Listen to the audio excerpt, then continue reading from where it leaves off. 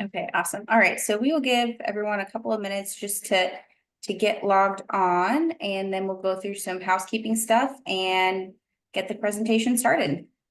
Amazing. So while everyone is logging on, I'll just introduce myself quickly. My name is Brooke McGivern. I'm the Director of Marketing and Communications here at Tim's Medical, and I'm just here this evening to help moderate the chat and answer any technical questions.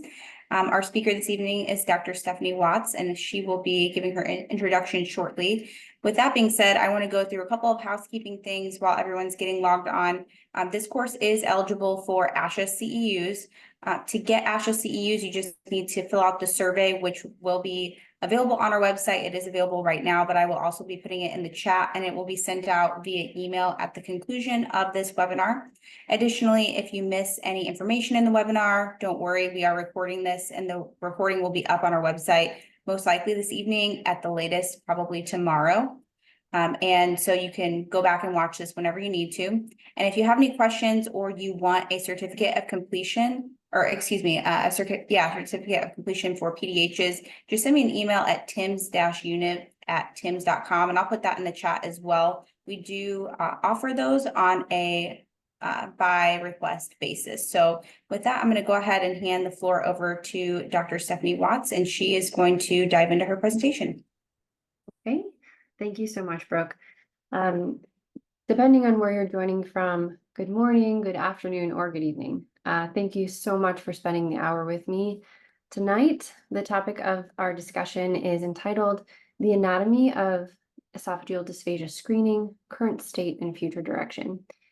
And when I say anatomy, I would like to delve into the structure of our practice surrounding esophageal screening by the SLP.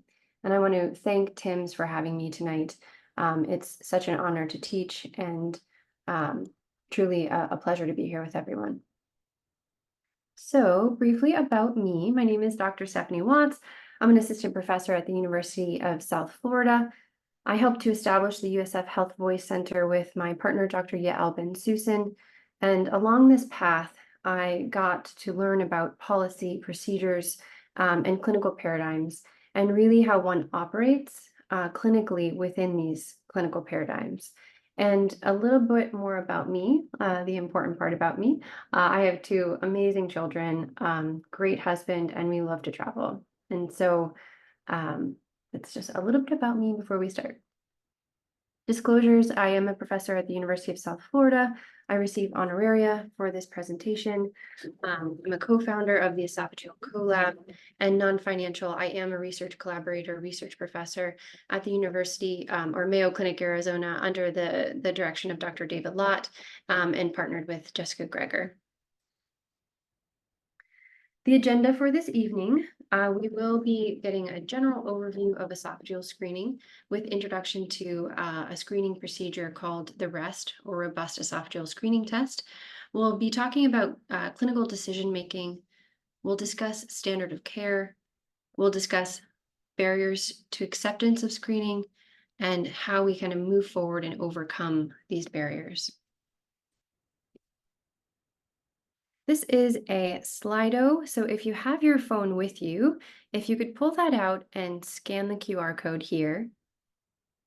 I'd like to ask a quick question before we move forward. Do you consistently, meaning attempt at every swallow study, perform an esophageal screening?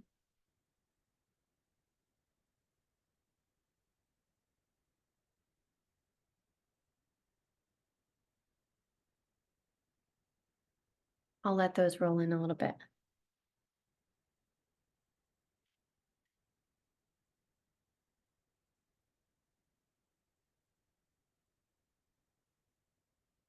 I see the participants still coming in. I'll jot this so we can. Okay, so 130 out of 315.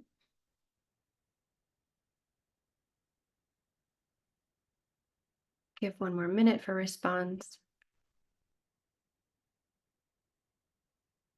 Okay, so we have a good spread here, 61% not consistently screening, and 40% consistently at least attempting at every swallow study. Okay. And if you do attempt esophageal screening, do you encounter any pushback from anyone? Oh, whoa.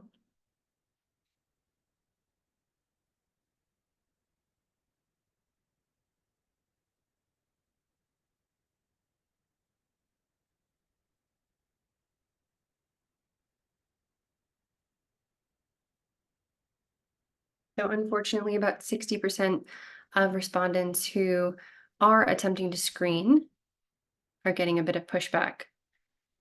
Okay.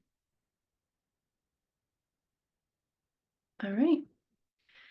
And before we move forward, this is a very essential message regarding esophageal screening. First, the esophageal screening does not replace formal esophageal imaging. The esophageal screening is intended to provide an overview of bolus flow in the upright position to fully assess a swallow. We know that swallowing is a continuous process from the mouth to the gut. And really, the cutoff point of the PES is arbitrary. It's made up. There is variability of bolus flow across age and disease, and the esophageal screen does not quantify manometric properties, but instead can be highly sensitive to reveal obvious variations in bolus flow. Bolus flow can be movement related, but also reveal anatomic abnormalities. There are many images and tests of the esophagus. They're performed by various team members in the dysphagia care continuum, and each play a really important role in a diagnostic workup. Let's review a few of them. An esophagram done by our RADs or RAD techs, often in my practice, it's always done by a RAD tech, provide a good assessment of the structure of the esophageal lumen or opening. And when is done with double contrast, it's not always done with double contrast, it provides a good image of a good understanding and outline of the mucosal surface. It is a fluoroscopy study, just like the VFSS. The esophagogastroduodenoscopy, or EGD, is performed by GI and also trained ENTs. In our practice, our ENT is an esophagologist, so they also perform EGD. It's an examination of the esophagus while the patient is asleep. And this is really good to assess the tissues of the esophagus, take biopsies while asleep, and check the integrity of the stomach. pH testing or Bravo testing is performed by GI and measures levels of acidity over time to assess for reflux disease. The transnasal esophagoscopy, or TNE, is performed with a small flexible scope, and it's inserted through the nose, the throat, and into the esophagus. So it's like an awake EGD. So the patient's sitting upright and comfortable, and they undergo this procedure in office. When we do this, we can also take biopsy or do brush biopsy. High resolution manometry is performed by SLP, ENT, and GI. It's done using a long pressure sensor catheter, and this provides the gold standard information on motility function of the esophagus. The endoscopic ultrasonography, or EUS, is performed by our GI colleagues, and this is an ideal method for distinguishing wall layers, so looking at tumor size, tumor invasion, things like that. And it's also thought to be better than a CT at times for determining the depth of a tumor invasion. And of course, you're all very familiar with CT performed by our radiology colleagues, and this is really good at detecting muscle and bone conditions, very commonly used diagnostic modality, and excellent measuring esophageal wall thickness. So very good at that. So really each of these different tests and methods look at different aspects of the esophagus. They're needed for different reasons and interpreted by different members of the dysphagia team with a different perspective on dysphagia, on the dysphagia case itself. Now, the MBS is, of course, an essential examination to assess swallowing function, and there are many components to consider as we evaluate things like movement and timing and structures. So we are simultaneously evaluating oral phase, pharyngeal phase, what kind of residue and result aspiration, so airway protection. These are all happening within a split second. We think about what kind of compensatory strategies we can help the patient. But we have to remember that this isn't a complete picture of the swallow yet. In this case, this young man, he's a 15-year-old young boy. We can see this obvious change here. This is this opacity here ended up being hypertrophy of the tonsils, but looked like a mass, right? Looks like a mass, so a structural abnormality on the video fluoroscopy. And it surely at the time could potentially explain a lot of his symptoms. But given case history, given this very large, hypertrophy, we, of course, scanned below.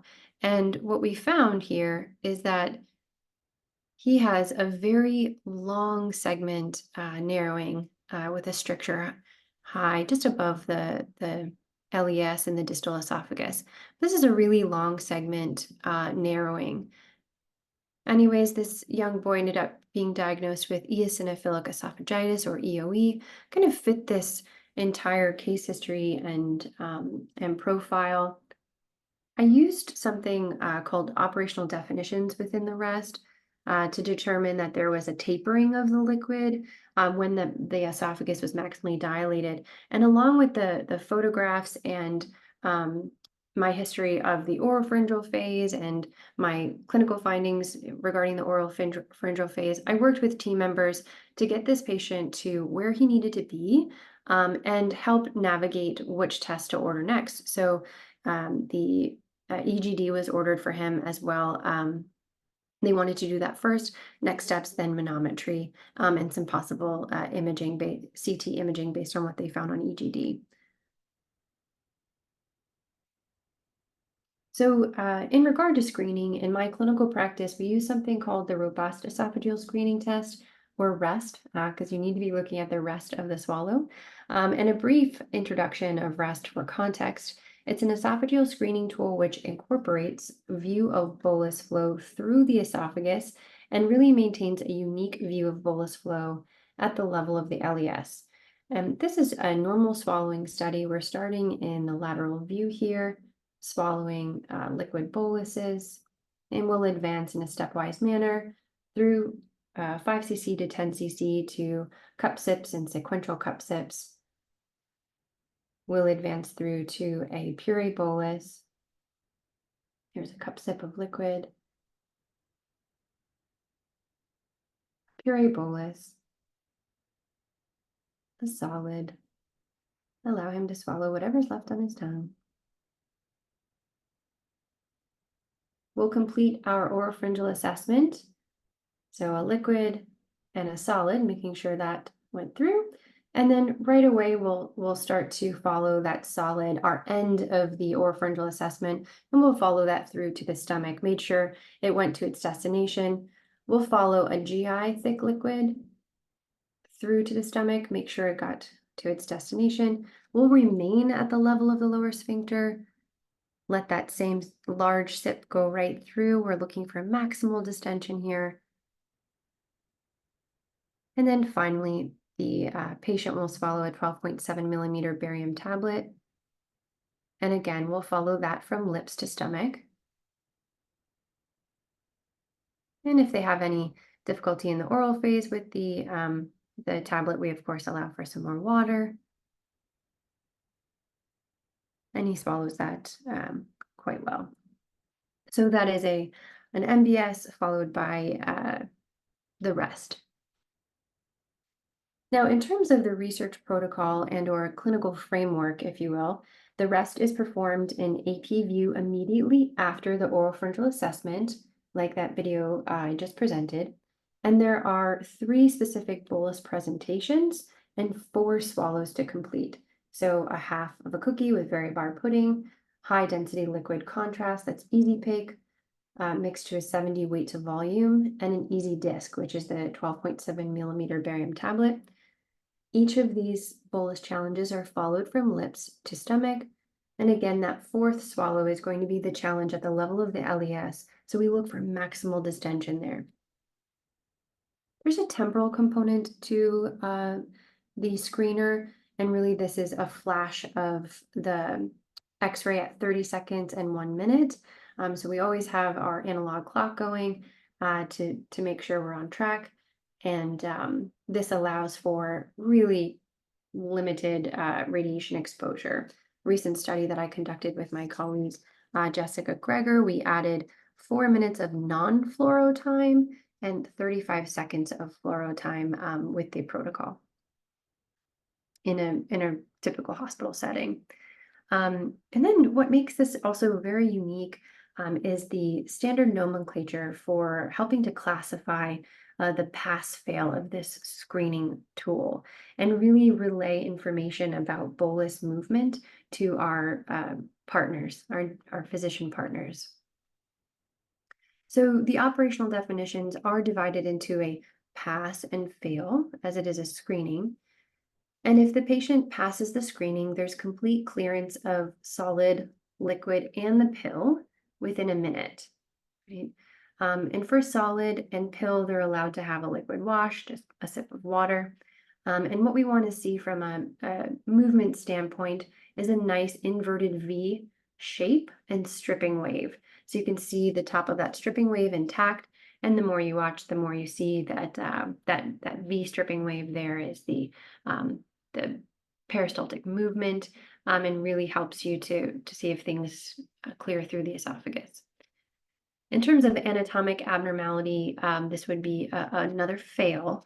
If you see deviation of solid bolus flow through the esophagus, pill hang up despite a liquid wash after a minute, or there's any sort of tapering of a liquid barium column while the esophagus is maximally dilated, or deviation of straight contour during bolus flow. Dysmotility includes things like disordered wave propagation resulting in to and fro movement, retrograde movement of a pill, disordered wave propagation, and non-peristaltic contractions with retention over a minute. So again, there's that temporal aspect, and this terminology is really what I stick to when I'm relaying the results of a swallow study to my physician partners. I'm going to show you some examples of each of these components of a fail according to the definitions here.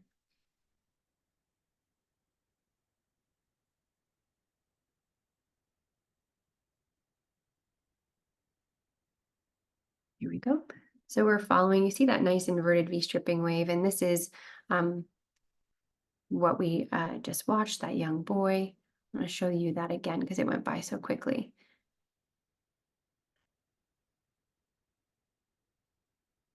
Okay. That nice stripping wave. And then here you see that there's tapering of a barium column while the esophagus is maximally dilated, and deviation of straight contour. So that same as in the oropharynx, the liquid is outlining structures and movement, and we describe that same thing in the land below. Here, if we look at, oh,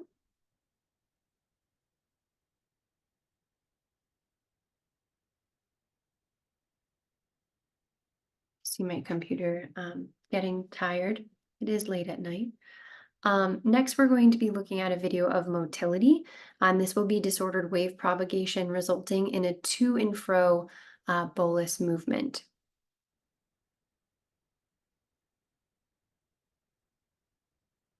Oh no, wake up, computer.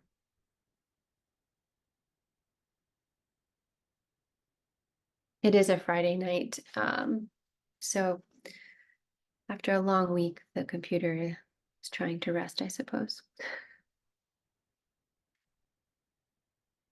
But right now, Brooke, while my computer is getting ready to show these videos, are there any questions you'd like me to answer? Yes, yeah, we can go through a couple of questions. So one that popped up earlier was, what do you mean by GI thick liquid, assuming you do not mean Varibar? Okay, so here we go. So I'm using Easy Pake. Um, and there's also Easy HD, and those are a thicker contrast, and it's not going to coat quite as much as the Very Bar. And I constitute that to a 70 weight to volume. Let's see. Awesome. Oh, here we go. Thank you, Brooke. So here is a motility issue. So this is disordered wave propagation resulting in this to and fro movement of the bolus.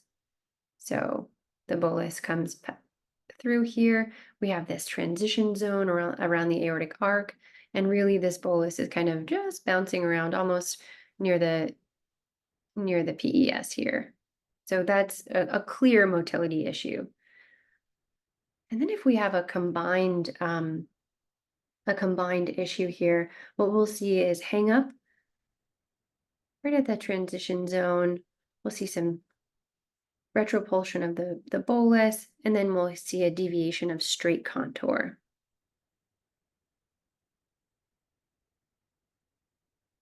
So here in this case, I would relay to my team members that not only do I see a deviation of bolus flow through the esophagus, but I also see disordered wave propagation, and that bolus is kind of moving to and fro there. Okay. The rest was found to be very highly sensitive and specific. And so we feel that it's quite useful in the clinical setting. Now, this is very interesting. My colleague, Dr. Erin Reedy, performed a wonderful systematic review to identify the inclusion of esophageal screening. So different papers that identify the need for or included discussion of. And 5 articles met this inclusion criteria. One of those 5 was the REST articles, and it was found to have high quality of evidence. So being assigned the level of high quality.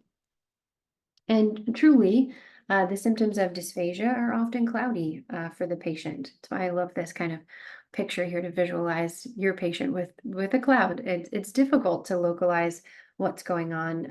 Oftentimes, there's many factors that they're feeling at once. Food sticking, a sensation of globus. They might be coughing. They might be regurgitating. Patients always misinterpret regurgitation and vomiting.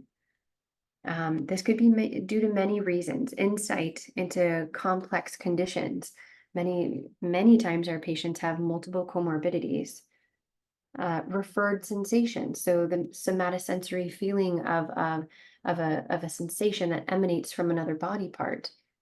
Of course, neurodegenerative disease. It is known that patients with neurodegenerative disease, such as PD and Huntington's, have poor reporting of symptoms. I know our Huntington patients often have anagnosia, so really difficulty relaying and any of their symptoms, but specifically dysphagia as well. And then, of course, the oropharyngeal and esophageal interplay. So oropharyngeal issues might exacerbate esophageal problems such as compensatory strategies. Using multiple dry swallows may worsen esophageal clearance.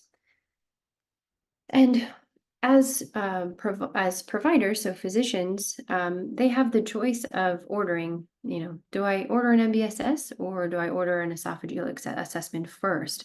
And oftentimes, at least in my clinical practice, an MBS is chosen, right? So a lot of patients come to me without any sort of esophageal imaging yet. But therein lies a few problems, right? Not only because of inconsistent screening practices, but also as dysphagia providers, we know that there's this delicate interplay between oropharyngeal and esophageal functions.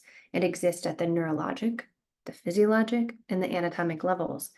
We cannot rely on the patient account of symptoms always, due to the complexity of dysphagia manifestation.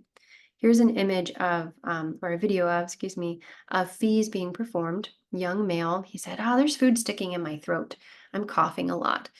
He's a young Caucasian male with allergies, and he aspirated on his fees exam. And I do these with my surgical partner, and we looked at each other kind of like, oh, this is odd. Otherwise, he's a quite healthy man. And we said, let's get an MBS. And she asked, MBS with rest, please. And while performing that and staying at our unique view of the lower esophageal sphincter, it brought out this really obvious anatomic abnormality, right? He has a really tight stricture at the LES, later diagnosed again with eosinophilic esophagitis and treated accordingly.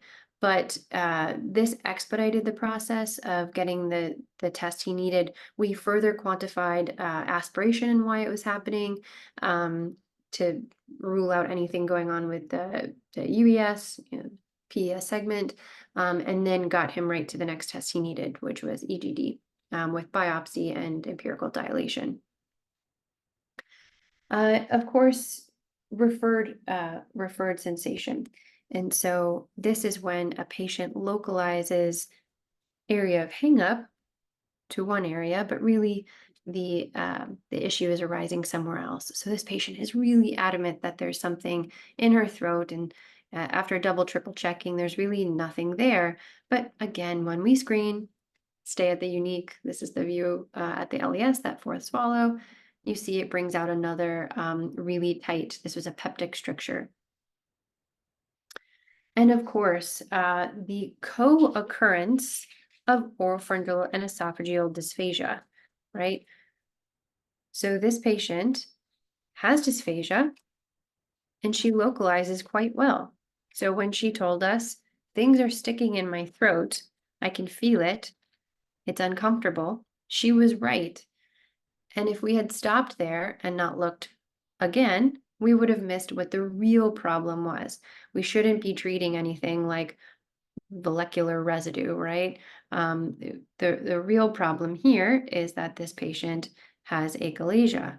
And so this is a difficulty with relaxation of the LES. So really, I want to get into the term standard of care in screening. And when we define standard of care, this is the minimum desired level of clinical practice in regard to, in this case, screening. And we're going to view this through the lens of clinical practice guidelines, position statements, consensus statements, and practice parameters. And what even are these things? Clinical practice guidelines are developed by grading levels of evidence.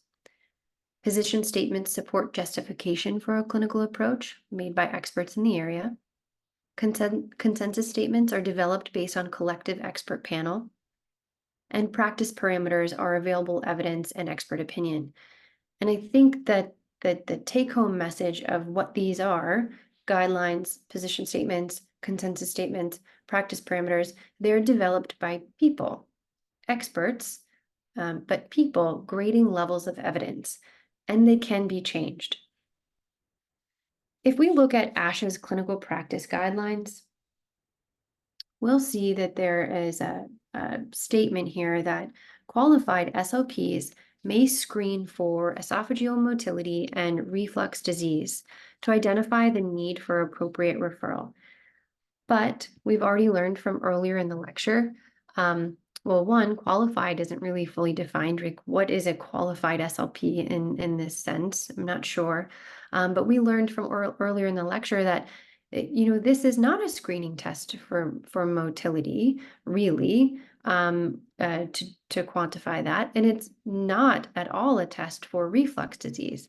We know that those appropriate tests are high resolution manometry and pH testing. In this case, you have ambulatory pH, long catheter into the nose, into the tummy that the patient wears, or a little Bravo capsule that's placed during EGD. Those are the methods that quantify and tell the physician if there's reflux a problem, not a screening protocol during a swallow study.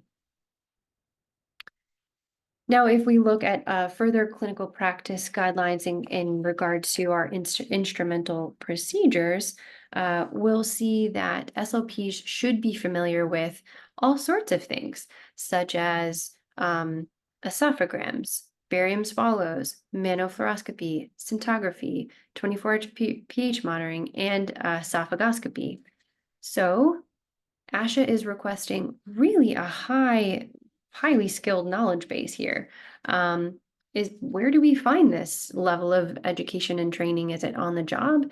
Is it clinical exposure? Is there some sort of certification? Are students receiving this at the master's level to understand these uh, complex tests and how they're integrated into a clinical case and the expanse at which they can present in patients and be used? In regard to position statements surrounding esophageal screening, the ABEA put out this, what I think is a really great statement in 2022. If a comprehensive esophagram is not being performed, then VFSS should include an esophageal screen. Of course, this should be recorded at a rate of 30 frames per second while adhering to the ALARA principle. That's as low as reasonably achievable. And as clinicians, I think perhaps a lot of listeners tonight are practicing clinicians. We try to stick towards a clinical framework while doing these assessments so we can ensure patient safety, such as limiting X-ray exposure. And then in terms of consensus statement, this was a really wonderful paper published on performing the modified barium swallow study. And in recommendation number 6, a minimal component of the MBS radiologist report should include relevant clinical information. And this would be inclusive of bolus volumes and the sequence of which they were presented to a patient, assessment of oral and pharyngeal anatomy, and findings from the oral, pharyngeal, and esophageal phases. So screening, right? So some sort of visualization should be done to look at esophageal clearance.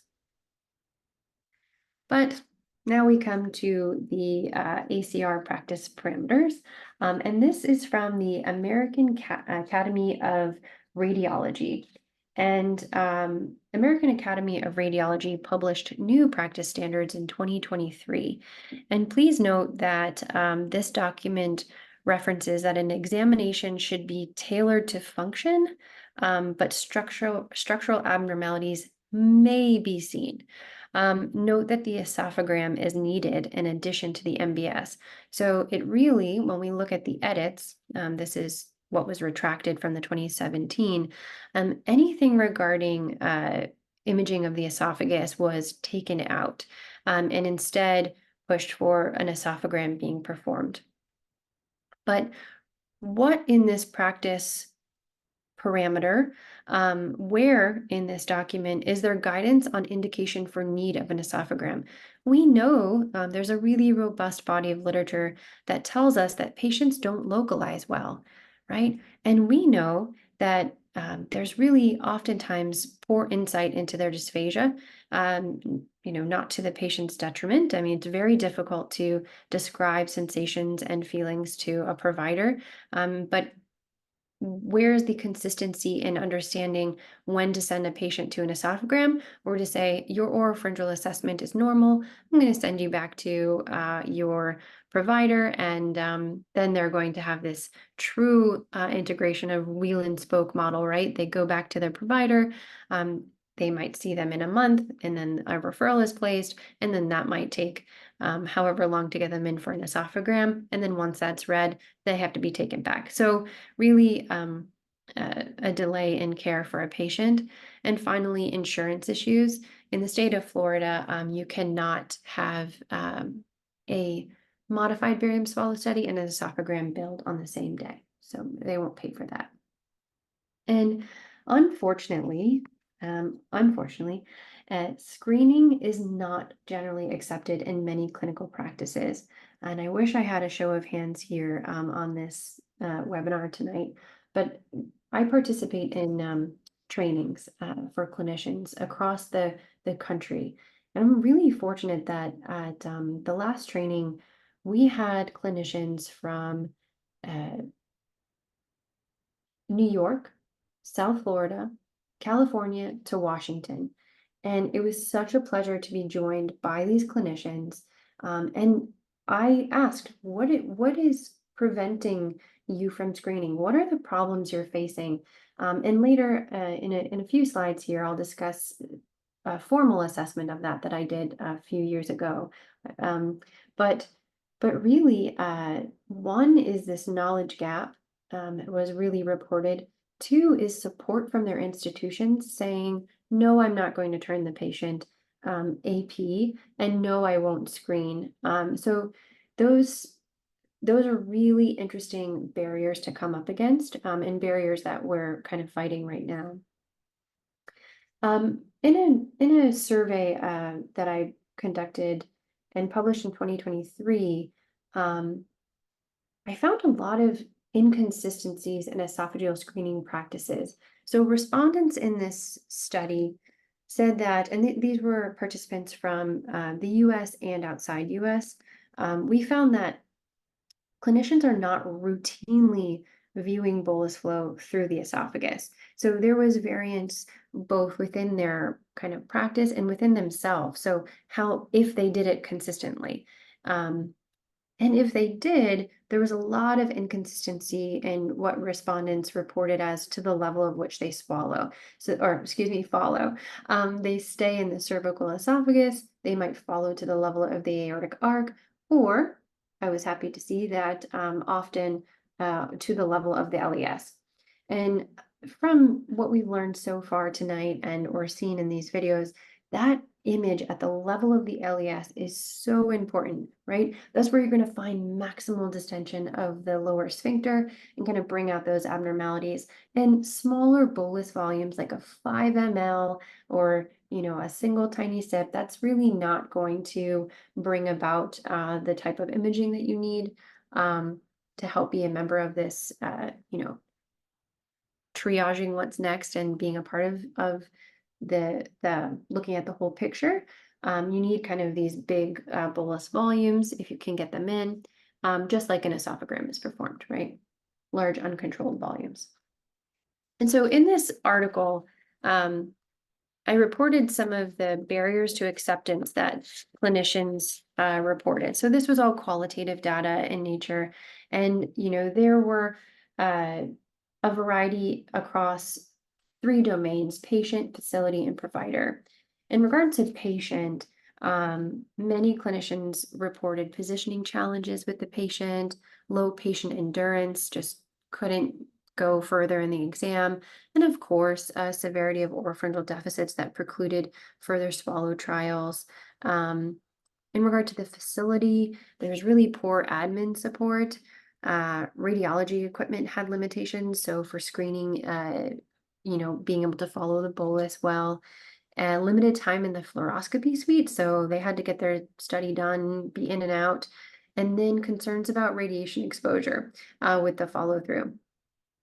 And in terms of provider specific, they reported consistently limited provider knowledge. So uh, them as practicing SOPs in the medical setting, and then disagreement between professionals regarding the need to do an esophageal screening. And when we delve a little bit into things that we can control, kind of these provider issues, this last one is kind of something we'll focus on here. We look at what our current CASA standards are for master's education.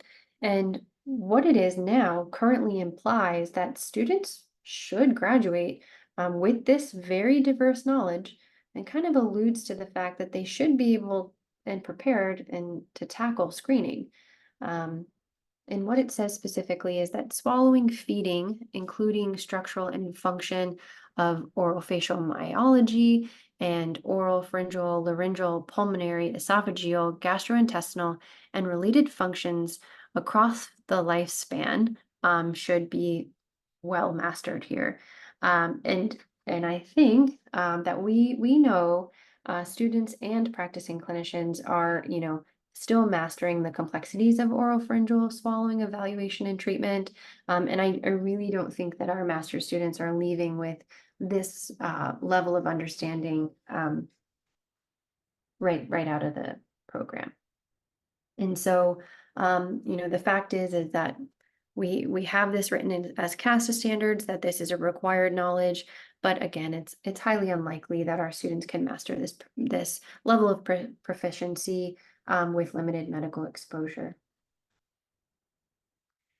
And according to survey data, again, clinicians were responding that we should screen the esophagus, either strongly agree or agree, relatively willing to adopt a protocol. In this term, it was regards to a research protocol, that there was still master's level training needed, but really we were disagreeing among additional certification needed. So this was the biggest spread we had here in respondents. Felt very strongly about screening and willingness, and we need more education at the master's level. But then what do we do from there with our practicing clinicians now? About half agreed that there is some sort of certification level needed. We need to screen with a higher level of proficiency, even clinicians who have been practicing for years. And then either, half kind of disagreed or were very neutral. So felt that we should be able to do this without any additional training whatsoever. So when we break down where we are or the anatomy of our practice, co-occurring oropharyngeal and esophageal dysphagia, these concepts are not new, right? It's supported by a very robust body of literature, both at the anatomic, neuro, and physiologic levels. These are interrelated processes, and the arbitrary cutoff of the PES is just that, it's arbitrary.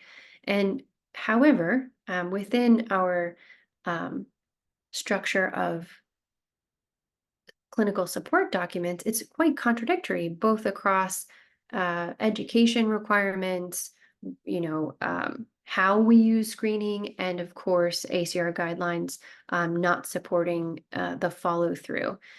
So, of course, you're going to find a lot of variability in practice between clinicians, between practice settings, several reported barriers there.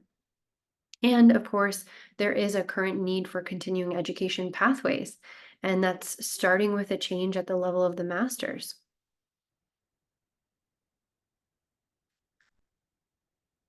And when we think of who the hospital system is, right, we think about who made those consensus statements, those practice parameters. We are the hospital system. We are the institution. If we want to envision this world where policy, procedures, and guidelines align to consider our patients' safety, then we have to determine consensus statements from all dysphagia team providers.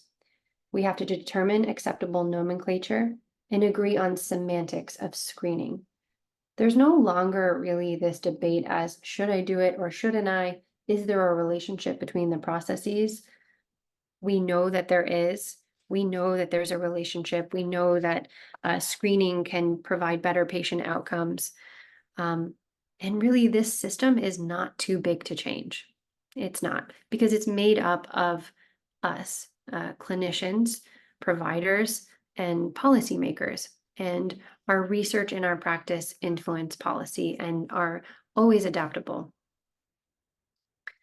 This is just a wonderful statement from a colleague of ours who attended a training course and really felt empowered by that education and the screening. And what she reported that it made me very emotional to get this email, but a battle that it was fought for almost a decade ended over a 30-minute meeting, right? And so being armed with the right arsenal of literature, being open and accepting to building teams and to having these conversations, and maybe a conversation of, yeah, I do need more understanding of this, or why, what is preventing us from moving forward? Is it funding? Do I not have money to get that striker chair? Why aren't we ordering barium tablets? These are all sorts of things that clinicians report as barriers in our training webinars.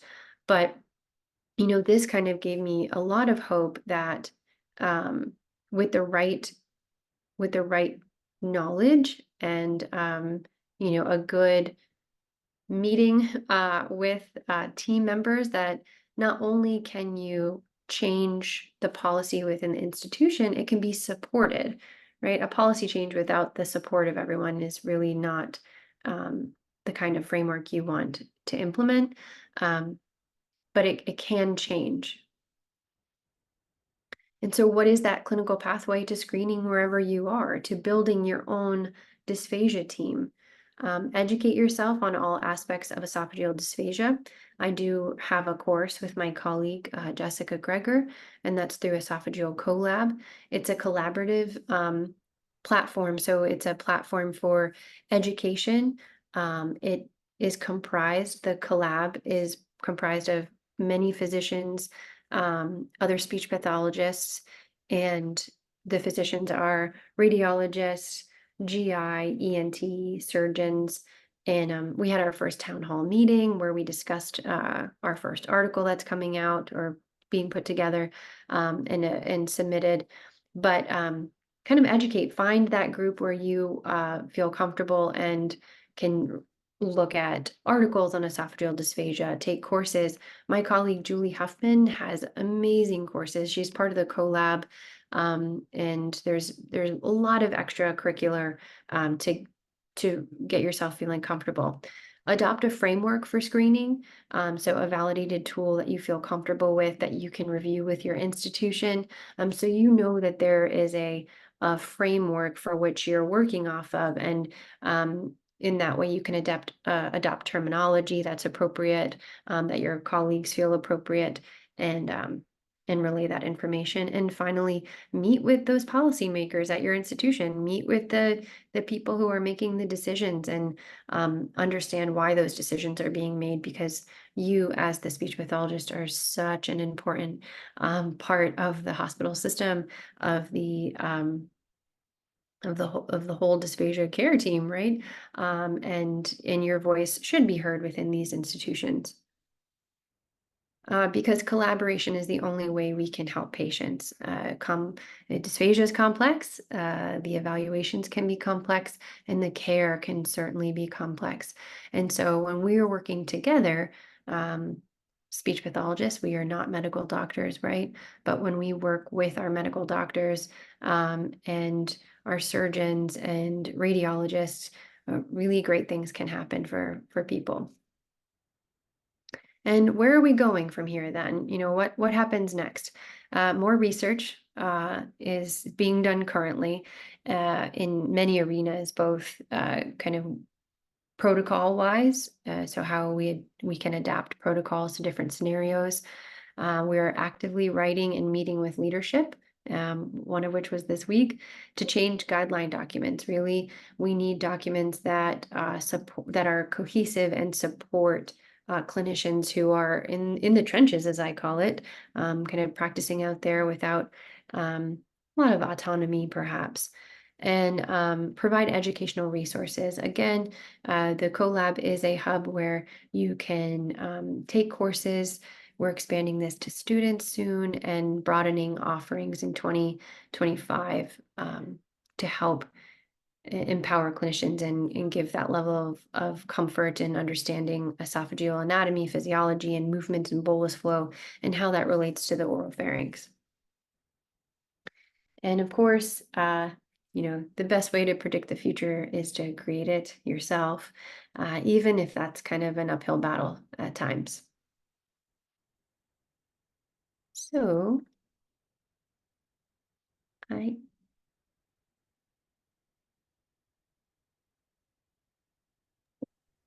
Awesome. Are you ready for Q&A, Dr. Watts? yeah, I think so. Awesome. Okay, we will jump in. So Oops. I think a question that would be interesting to answer are, what are the implications of not doing the rest? Can certain swallowing strategies or exercises have a negative impact on outcomes if the rest is not performed? Sorry, Brooke, was that two questions in one, or? Yeah, there's basically two questions. So the first is, what are the implications of not doing the rest? But kind of the follow-up to that is, can certain swallowing strategies or exercises have a negative impact on outcomes if you do not perform the rest? Okay, I'll break the question down as I understand it, I think. And so, implications for not doing a screening, maybe more robust screening, is that you like during a swallowing evaluation, is that it's an incomplete swallow evaluation. Right, so the patient comes to you from the provider, and they say, "I have trouble swallowing. It feels like food is sticking. I feel like a lump. Sometimes I regurgitate my food." You know, the spectrum of dysphagia complaints that we hear, and we look here, and we don't screen. It's an incomplete evaluation, right? We're providing a piece of the puzzle. And I hope that some of those videos provided a little glimpse. In the training, there's many, many, many, many videos and more nuanced examples. But I hope those few videos that I got to present tonight showed you that there can be referred sensation. And so we're really missing a piece of the picture of not doing it. And so I think the kind of the follow-up to that, not doing it, you're doing an incomplete swallow valve, is that if you begin exercises, say you see that there's uh, oropharyngeal residue and there's leftovers in the vallecula, leftovers in the PES, and you're just like, well, and good-hearted, I believe, just I'm going to do effortful swallows for this patient. 10 reps 3 times a day, right? And prescribe these, but we never look and that patient has a stricture, then what are we actually doing for that person? Right? Agreed. Not much. Yeah. Yeah. And so that's a bright light. And so I think that I hope I answered that question completely, but the part A to that question was we're not looking at the whole swallow. And part B is if we assign exercises or strategies for a patient that is not necessary.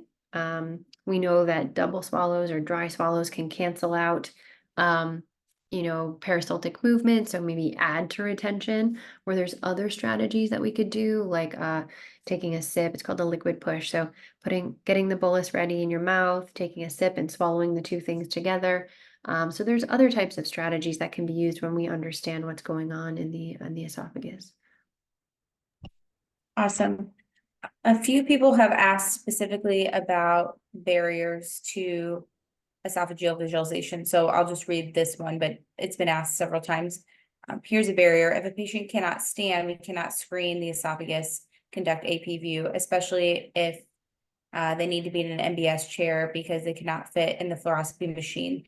Advice on how to handle this. Yeah, so this comes up often.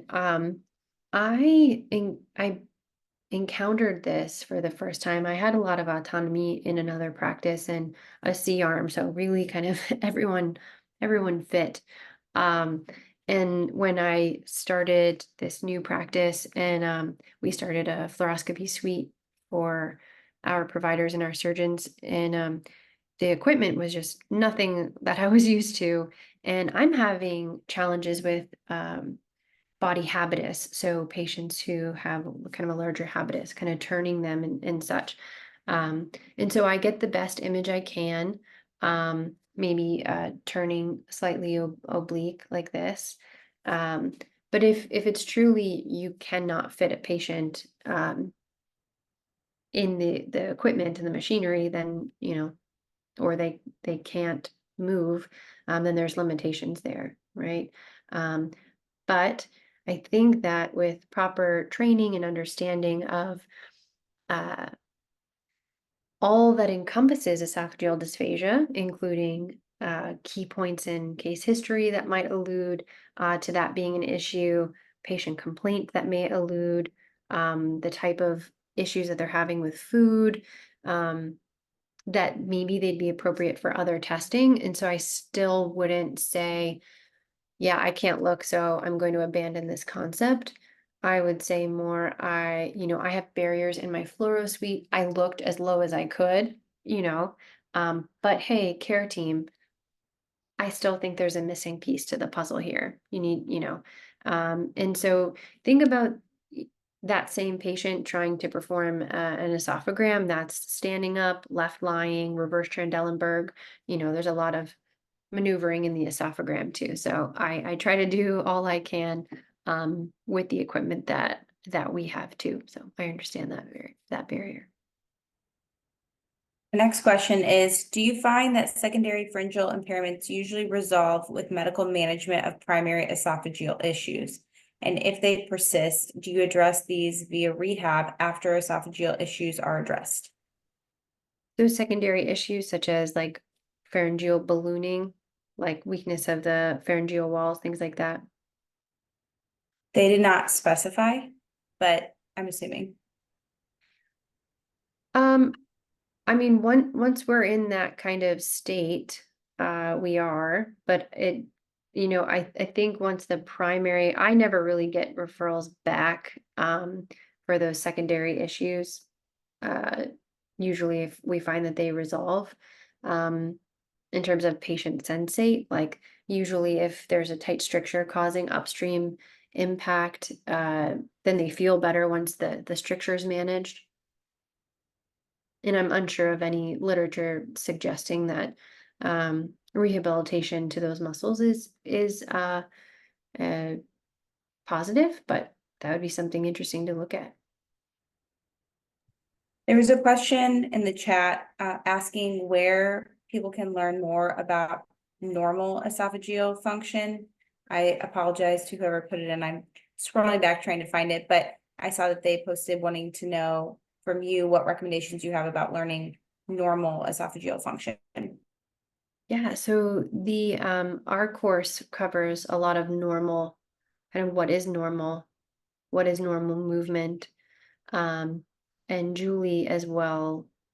I believe Julie has a few courses on normal, um, and we have more courses coming in 2025, so I wish we could hold off that question till January. But at the moment, you're welcome to try and attend one of the collab courses that we have going.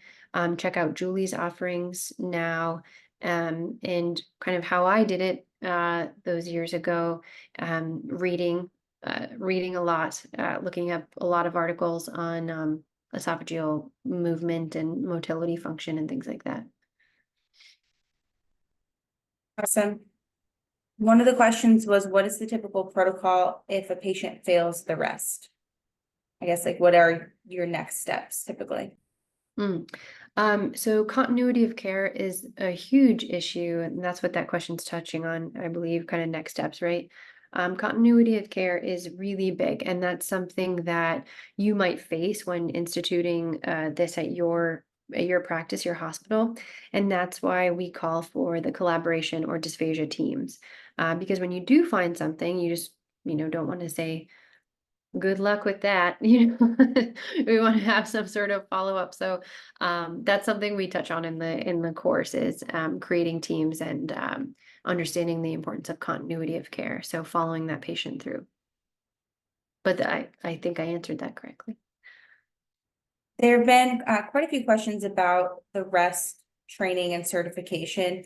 Some of the questions were asking if you need to complete training in order to utilize the rest in your clinical practice. No, no, you don't. But I have worked with a lot of clinicians who were practicing for a very long time and attended, the course because it is didactic in the sense where we say, why did you choose that? This is an odd case. Why do you view this as a fail and a pass? Oh, I would have said that's a pass. And I say, actually, that's a IEM or ineffective esophageal motility that it comes up as. And these are the things you're looking for. So no, you don't. Um, and it's not a requirement. And remember, um, these protocols that are in place in everything we do, created by people, are really self-governed. Does that make sense? So like the SLP, you are in charge of that understanding and that knowledge behind it, but there are so many nuances of the rest and how to interpret it. And we do have limited exposure, I think, in both clinical practice and educate in master's level education, that I think that the structured course has been really nice to do the reliability training. And Brooke, you went a couple of times actually. We were lucky to have you a couple of times, and did you learn a little bit, like the didactic reliability training, did you feel was kind of helpful for you to implement? Yes, and that's why because I know people were, talking about the price and things in the chat earlier. But that's why I went to the course twice, because I know people have also commented about just the variances in graduate school programs and our training as a field in general. And just speaking for myself, I didn't get any education that I can recall on the esophageal aspect of swallowing as a graduate student. So everything really in my career in dysphagia has been on my own time and money. And so that's why I took the course twice. And this is not sponsored for me to say this. I just Oh. honestly wanted to practice it. I want to practice at the top of my license, and we're trying to implement the rest at one of the hospitals that I work at. And it's an area that I feel like I was struggling in. So that's why I took it twice. And I learned a lot in both times I took it. So definitely recommend it. Yeah, it's there are so many nuances to understanding the interplay. And when you it's 8 hours of training. We have one in the morning actually, but it's 8 hours of, and constant talking. We keep people there a little past and a little into lunch too, because one, we get really into it and it's super fun, but two, the questions are great. And even again, these are clinicians who have been practicing for years. And um, that reliability analysis is that on live analysis is pretty great. So you get that feedback right away. And why did you pick that? Or how would you communicate this with the physician? And what do we do next? There's a question specifically about the updates from the ACR. The person posted and said, it sounds like the updates from the radiology statement in 2023 no longer openly supports view of the esophagus. Is that correct? Correct. Yeah, so I've been putting this in the chat, but I definitely recommend checking out the Esophageal Collab's website if you haven't already, to see the resources that they have. And then using this information that Dr. Watts presented this evening to really advocate for change. And I know Dr. Watts and Jessica and other people are advocating for change as well, which is super exciting. Yeah, and we have a collab paper going in to address this, and kind of a letter.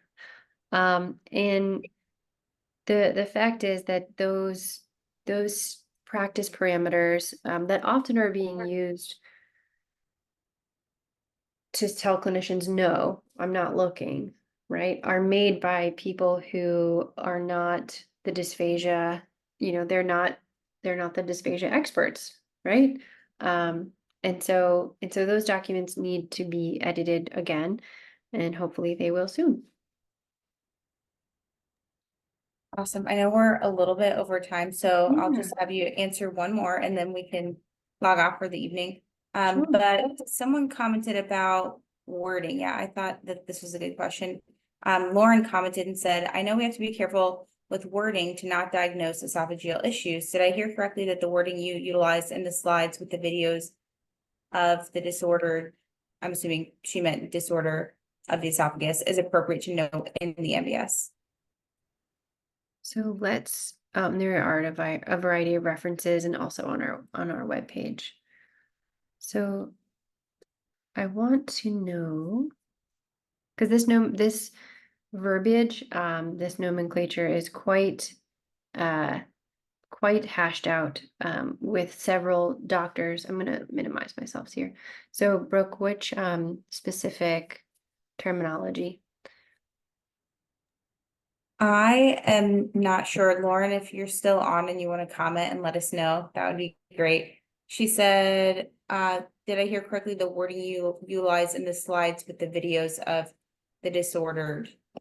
Like I said, I'm assuming she meant to add a word in there though, is appropriate to note in the MDS. So I'm assuming she meant when you were Oh, discussing some of the disorders on your videos. disordered wave propagation, perhaps, right? That could be correct. Okay. Yeah. So disordered wave propagation, that's not a diagnosis. That's not a diagnostic statement. It's simply alluding to the fact that that propagation of peristaltic movement was impaired, and it resulted in the bolus kind of coming up and down, or non-peristaltic contractions, those simultaneous contractions, if you will. So And it's not a diagnostic statement.